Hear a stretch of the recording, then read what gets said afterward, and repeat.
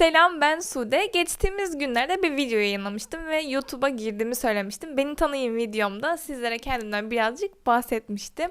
Bu videomda hatta iki video attım. İki videomda da okuduğum bölümü ve hangi okulda okuduğumdan bahsetmiştim. Öncelikle Marmara Üniversitesi Halkla İlişkiler ve Tanıtım mezunuyum. Şu an yaşım 23, 2000 doğumluyum ve geçtiğimiz videolarda şu an üniversite sınavında işte bitti, sonuçlar bekleniyor. Tercih dönemi başlayacak sonrasında. Nelere dikkat edilmesi gerektiğinden böyle bahsetmiştim. İşte müfredata önem verilmesi gerektiğini, hangi okulda hangi dersler veriliyor, hangi fakülte olduğundan bahsetmiştim. Bu videomu da izlerseniz süper olur. Şimdi bu videomda konuşacağım konuysa halkla ilişkiler ve tanıtım bölümünü konuşmak istiyorum aslında sizlerle beraber. Tam olarak bu bölüm ne iş yapıyor, ne öğreniyorlar? Bu bölümü okuduktan sonra size hangi kapıları açabilir? Ben okudum ve bana hangi kapıları açtı? Aslında bunu konuşacağım sizinle beraber. Hemen mikrofonumu şöyle yakama takacağım. Şimdi yanda bilgisayarım var çünkü bazı notlar aldım sizler için. Hani hepsini konuşalım istiyorum. Eksik bilgi vermek istemiyorum. Buradaki gidişata göre anlatmak istiyorum size. Bu kadar ezbere konuşamam çünkü zaten. Öncelikle şimdi kanalıma abone değilseniz abone olmanızı çok istiyorum. Çünkü bu serüvene de zaten yeni başladım ve sizlerin bana olan desteği benim için çok önemli. Evet, şimdi ben Marmara Üniversitesi İletişim Fakültesi'nde Halkla İlişkiler ve Tanıtım mezunuyum. Bu bölümü okudum. Severek mi okudum? Evet, severek okudum. İsteyerek mi gittim? Evet, isteyerek gittim. Bu arada soruları kendime sorup kendim cevaplıyorum. Şimdi halkla ilişkiler deyince çoğu kesimin aklına basın bültenleri ve böyle medyayla uğraşmak geliyor. Evet, bunlar zaten yapı taşları ama tam olarak bu bölüm bu mu? Bu çok merak edilenler arasında. Aslında bundan daha fazlası bu bölüm. Yani böyle kurumların, kişilerin ve hedef kitlelerle olan iletişimleri arasındaki bir etkileşimi sağlıyor halkla ilişkiler ve tanıtım. Yani kısacası kurumların ve kişilerin hedef kitleleriyle olan bu iletişimi kurmasını ve onları etkilemesini sağlayan bir alan diyelim.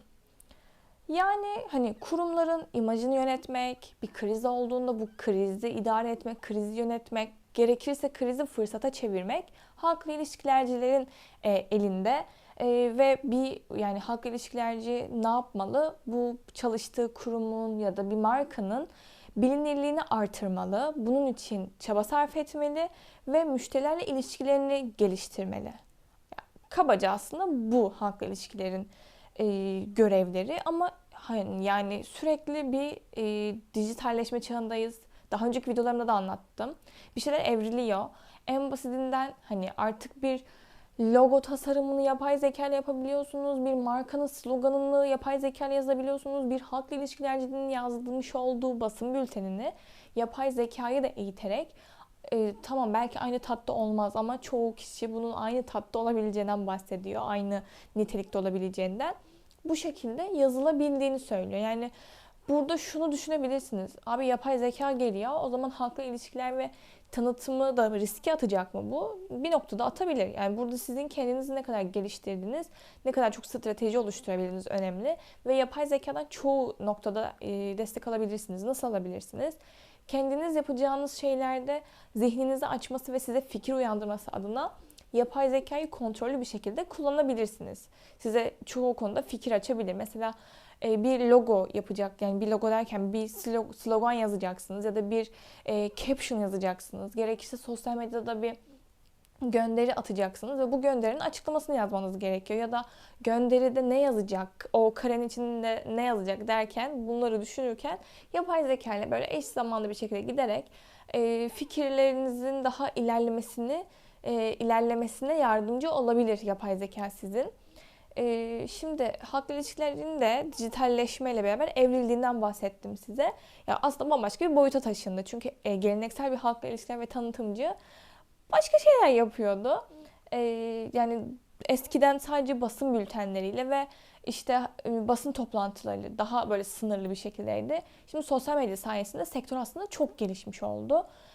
Yani mesela ne yapabiliyoruz artık? Hedef kitleyle anlık bir şekilde, interaktif bir şekilde iletişim kurabiliyor halkla ilişkiler ve tanıtımcılar. Kampanyalar ve mesajlar, verilmek istenen bilgiler daha geniş kitlelere ulaşabiliyor. Bu da yine sosyal medyanın gücüyle oluyor.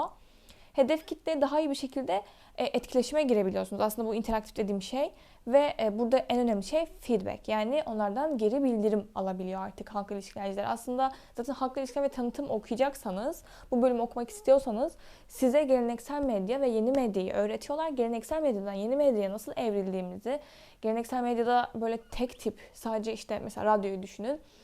Size sadece bir şeyler söyleniyor ve siz herhangi bir yorumda, herhangi bir şeyde bulunamıyorsunuz. Ama mesela günümüzde bir haber izliyorsunuz ve o haberde açılan hashtag ile beraber fikrinizi yazabiliyorsunuz. Ekranda size okuyabiliyorlar. Twitter'da bir haber atılıyor, o habere yorum yazabiliyorsunuz. Yanlış bir haber gördüğünüzde bakın bu yanlış işte deyip sizin bilgi kirliliğine sebep olduğunu dile getirebiliyorsunuz. Aslında hani medya bu noktaya evrildi ve burada da bir halkla ilişkilerce bu evrilen noktada geri bildirimler alabiliyorlar. Kampanyalar yaptıklarında, işte reklamcılık alanında sürekli aslında bir temas halindeler artık. Kriz yönetiminde de halkla ilişkilerciler böyle daha hızlı, atik bir şekilde çözüm üretebilmeli. Bunların nasıl üretilebileceğini konuşuyorsunuz derslerde. Sizlere örnek işte vaka demem doğru mu? İşte örnek incelemelerde bulunuyorlar. İşte zamanında şu firmada şu kriz iletişimi olmuş. Bunu bu noktaya çevirmişler. Yani batmadan işte firmalar iyi bir şekilde toparlayabiliyorlar kendilerini gibi örneklerde bulunuyor hocalar ya da derslerde bu şekilde öğretiliyor. Halkla ilişkiler ve tanıtımcılar mezun olduktan sonra birçok alanda çalışabilme şeyine sahipler. Mesela kamu kurumları, özel firmalar, özel sektör firmaları, reklam ve pazarlama ajansları, bu özellikle şu an mesela influencer ajansları günümüzde popüler. Çünkü neden? Herkes influencer olma yolunda ve bir şekilde dijital medyada artık çoğu kişi içerik üreterek para kazanıyor ve çoğu ajanslarda o kişiler aslında elçilik yapıyorlar. Mesela işte Dove olsun, atıyorum işte Yumoş gibi firmalar. Bunlar sadece şu an aklıma gelen spesifik örnekler. Diyor ki abi hani influencer, ben burada çok abi kullanmaya başladım. Bu dilime nereden takıldı? Hoşuma gitmedi şu an. İkidir bence diyorum. Diyorlar ki işte biz nasıl reklam yapabiliriz? Eskiden önce televizyonda reklamlar veriliyordu. Şimdi diyorlar ki influencerlarla beraber bunu yapalım. Çünkü daha geniş bir kitle yayılabiliyor. Ve bu şekilde de markanın bilinirliği daha çok artıyor. Ve bir şey varsa, bir lansman varsa bunu influencerlarla beraber sosyal medyada yayıyorlar. Bu yüzden de şu an reklam ve pazarlama ajanslarına influencerların, bu influencerlarla ilgilenen ajanslara dahil olduğunu ayrıca belirtmek istiyorum. Sivil toplum kuruluşları, bu STK'lar yani ve medya kuruluşları. Aslında bu alanda çoğu noktada çalışabiliyorsunuz. Yani bu noktada sizin nereye evrileceğiniz önemli. Kendinizi nerede daha iyi hissediyorsunuz? Bu yüzden sizlere önerim eğitim hayatınız boyunca çoğu iş alanını denemeniz. Belki medyacı olmak istiyorsunuz, belki kurumsal bir firmada çalışmak istiyorsunuz, mesleğinizi halkla ilişkiler alanında değil, kurumsal iletişim alanında yapmak istiyorsunuz. Bu sizin işte deneyerek, deneyimleyerek edinmeniz gereken bir süreç olmalı. Şimdi bu bölümü kimler okumalı ve kimler okumamalı? Tabii ki iletişim kurmayı sevmeyen, iletişim konusunda gelişmek istemeyen kişinin bu bölümü bence okumaması gerekiyor. Çünkü halkla ilişkiler ve tanıtım öğrencisinin iletişim konusunda iyi olması gerekiyor. Ayrıca insanlarla etkileşime girmekten, onlarla sohbet etmekten, onları dinlemekten kaçınmaması gerekiyor. Burada hani psikologlar böyle dinler, bölmez ya. Aslında halkla ilişkilercilerin de sürekli bilmişlik taslamaması gerekiyor. Çözüm odaklı olması gerekiyor. Yaratıcı zekaya sahip olması gerekiyor. Ve stratejileri geliştirme odaklı olması gerekiyor. Güncel gelişmeleri takip etmek, daha önceki videolarımda da anlattım, ultra önemli. Ya ben günceli takip etmeyeceğim, işte şu an şu haber var benim umurumda değil dememelisiniz. Bu sizin hanenize eksi yazar. Ya gerçekten güncel olmalısınız. Gelişmeleri takip etmelisiniz. Yapay zeka mı çıktı denemelisiniz. TikTok mu açıldı denemelisiniz. Yeni bir sosyal medya platformu mu var bilmek zorundasınız. Bunlar sizin eliniz kolunuz ayağınız olmalı. Bunları yapamam diyorsanız, bunlar benim umurumda değil, ben böyle bir hayatım olmasın diyorsanız çok üzgünüm. Bu meslek size göre değil. Çünkü siz kurumsal bir firmada da çalışsanız, ya bunu şu an yapay zekadan çok fazla örnek vermemin sebebi artık çoğu noktada yapay zekayı kullanıyor olmamız. Mesela bir kurumsal firmadaysanız yapay zeka destekle yapabileceğiniz çok şey var. Veya çoğu artık bazı firmalar TikTok gönderileri atarak hem ofis ortamlarını gösteriyorlar hem projelerini sunuyorlar.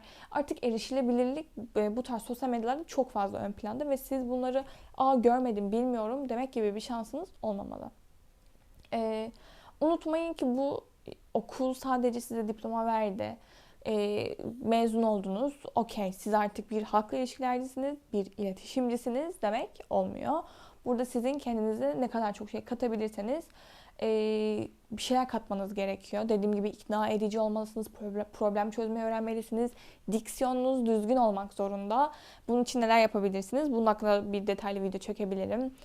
Kenardan bir diksiyon dersi alabilirsiniz. Hitabetinizi güçlendirebilirsiniz. Sosyal çevrelere girebilirsiniz. Farklı etkinliklere katılabilirsiniz. Gibi birçok aslında yapabileceğiniz şeyler var. Şimdi ben halkla ilişkiler ve tanıtımı okurken kurumsal bir noktada hiçbir staj yapmadım. Ben medyaya girdim. Bir gazetede çalıştım. Gazetede stajyer olarak çalıştım. Bu gazete serüvenimden önce başka bir yerde bir haber sitesinde içerik editörlüğü yapıyordum. Girmiş olduğum gazetede sosyal medya alanında kendimi işte geliştirdim ve sosyal medyayı öğrenmeye başladım. Sosyal medya dediğiniz şey, diyeceksiniz ki bu kadar öğrenilmesi gereken bir şey değil, işte kullanıyoruz, paylaşa basıyorsun, paylaşıyor. Bu kesinlikle böyle bir şey değil. Bu algıdaysanız bunu kafanızdan atın. Çünkü mesela burada ne anlatabilirim size? Halkla ilişkilerce nasıl hedef kitleyi bilmek zorundaysa aslında sosyal medyacı da hedef kitleyi bilmek zorunda. Hedef kitleye göre hareket etmek zorunda. Aslında bu noktada örtüşüyor. Yani halkla ilişkiler ve sosyal medyayı birbirinden ayıramayız diye düşünüyorum. Ben medya alanında staja başlamıştım. Sonra buradan kopamadım ve buradan devam ettim sosyal medya üzerinden. Sosyal medya uzmanlığı yaptım. Sonrasında kurumsal bir firmada sosyal medya uzmanlığı yaptım ama bu deneyimim çok kısaydı. Bunu da size tekrar detaylı bir şekilde anlatırım. Aslında yapmış olduğum sosyal medya uzmanlığı bir noktada bence halkla ilişkiler ve tanıtımdı. Çünkü dediğim gibi bu artık birbirinden ayrılamaz bir meslek bence. Bu yüzden de bu tool'lara çok hakim olmak zorundasınız. Kafanızı o konularda çok iyi bir şekilde kullanmak zorundasınız. Başka şunu anlatabilirim size. Şu an tıkandım. Ne anlattı, yani nereden nereye bağlayacağımı kaçırdım. Şu ansa sosyal medya uzmanlığı değil, dijital içerik üreticiliği yapıyorum. Aslında şimdiki mesleğimde de bunu deniyorum. Ama bu mesleğimde sosyal medyayı öğrenmiş olmamın çok etkisi var. Çünkü hedef kitlelerin ne istediğini, çalıştığım kurumun ne istediğini bilmeye başladıkça, öğrenmeye başladıkça sizin içerikleriniz de şekilleniyor. Bunu daha çok beğeniyorlar, bunu daha çok izliyorlar. Bu sizin analiz yapabilme, analitik becerilerinizi geliştirmenizi sağlayan bir olgu. Benim yani halkla ilişkiler ve tanıtım okudum, evet, ama şu an dijital içerik üreticiliği yapıyorum. Bunlar birbirinden ayrı meslekler mi? Tabii ki değil. Aslında size başına beri anlatmaya çalıştığım şey bu. Halkla ilişkiler ve tanıtım okuduktan sonra gidip sadece basın bültenini yazmıyorsunuz. Ben şu an mesela gün içerisinde sürekli içerik yazıyorum. Baktığınızda bir halkla ilişkilercinin içerik yazma, yani metin yazarlığının da iyi olması gerekiyor. Bunun üzerine çalışmalar yapmanız gerekiyor. Evet, orada bazı arkadaşlarımız halkla ilişkiler ve tanıtım mezunu ve içerik basın bültenleri yazarken, raporlamalar yaparken ben de kendi alanımda içerikler yazıyorum. Aslında ikimiz de metin yazıyoruz ve ikimiz de hedef kitleye göre hareket ediyoruz. Yani aslında bu alanı kafanızda daha net bir şekilde oturtabildiğinizi düşünüyorum. Yani iyi bir şekilde anlatmaya çalıştım size. Şu an aklıma bir şey geldi. Hazır bilgisayarım da açıkken halkla ilişkiler ve tanıtım bölümünü yapay zekaya sormak istedim. Şöyle sormak istedim. Halkla ilişkiler ve tanıtım, beraber deneyelim. Tanıtım bölümü dijitalleşmeyle beraber nereye evrildi ve ne gibi alanlarda çalışabilir diyeceğim. Bakalım yapay zeka bize ne cevap verecek? Atladığımız veya düşünmediğimiz bir şeyler var mı? Hadi size yapay zekanın söylediği şeyi okuyayım. Dijitalleşmenin etkisiyle halkla ilişkiler ve tanıtım bölümünde büyük bir dönüşüm geçirdi. Bu dönüşüm bu alanda çalışanların görev tanımlarını, çalışma alanlarını ve kazanç potansiyellerini de önemli ölçüde değiştirdi diyor. Bize ne alanlarda çalışabilir dediğimde sosyal medya uzmanı, dijital pazarlama uzmanı, içerik yöneticisi, influencer marketing uzmanı, veri analisti, halkla ilişkiler uzmanı, iletişim uzmanı, kriz yöneticisi diyor. Ek olarak da marka yöneticisi, reklam ajansı uzmanı, bağımsız danışman diyor bize. Bu verileri vermiş. Aslında baktığınızda size anlattığım her şeyi burada derlemiş. Bu bölümün ne kadar çok evrildiğini ve değiştiğini anlayın istedim. Zaten ben de Marmara Üniversitesi Halkla İlişkiler ve Tanıtım'ın son senesinde bizim derslerimizde sosyal medyaya çok fazla ağırlık verildi. Influencer'ları inceledik derslerimizde. Influencer marketingin ne olduğunu anlamaya çalıştık. Çünkü bu değişen hayatımızda biz körelmemeliyiz ve bu güncel olduğumuz için size söylediğim şekilde bunu yakalamamız gerekiyor. Ve bu yüzden de yeni kapılar açıldıkça ben ne yapabilirim, neydim, ne olabilirim olarak bakmamız gerekiyor. Size şu an anlatacağım şeyler bu kadar. Bu konu hakkında sorularınız olursa yorumlarda benimle paylaşmayı unutmayın. Çünkü belki anlatmadığım şeyler vardır ve size öncülük etmek isterim. Bunları konuşmak isterim. Keza bu şekilde biraz daha üstüne araştırıp sizinle beraber bunları tekrar tartışmak isterim. Şu anda zaten ilerleyen zamanlarda sınav sonuçları açıklanacak ve tercih dönemi başlayacak. Bu süreçte sizlerle beraber başka bölümleri de inceleyip yine yapay zekayı da sorabiliriz isterseniz. Benim için sizin sorularınız çok çok önemli. Soru cevaba dökmek istiyorum içeriklerimin bazı günlerde soru cevap yapmak istiyorum. Daha düzgünce anlattım. Umarım videolarımı yararlı buluyorsunuzdur. Umarım hitabetimi düzgün buluyorsunuzdur ve umarım keyif alıp dikkatli bir şekilde dinliyorsunuzdur ve size umarım yarıyordur. Kanalıma abone olmadıysanız abone olun çağrısı yapmak zorundayım. Çünkü bunu çok büyük bir hevesle açtım bu YouTube kanalımı ve abone olursanız çok sevinirim. Videomu da beğenmeyi unutmayın. Kendinize iyi bakın. Bir sonraki videoda görüşmek üzere.